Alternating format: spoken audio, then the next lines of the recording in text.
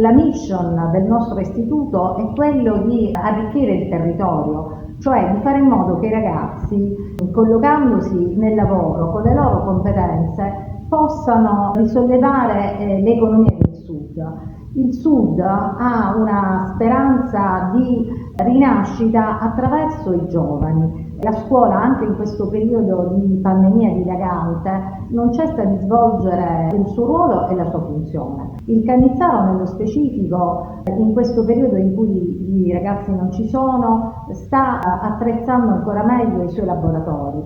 Abbiamo creato un Fab Lab che è una dislocazione di laboratori che servono agli studenti di tutti i nostri indirizzi, ma servirà anche il territorio. Quindi la scuola diventa sempre e costantemente, soprattutto in un periodo quindi di ristrettezza e di pandemia dilagante, una evoluzione culturale, sociale ed economica del territorio. Soltanto così il Sud potrà emergere e cercare di competere col Nord e far sì quindi che l'Italia sia una nazione unita.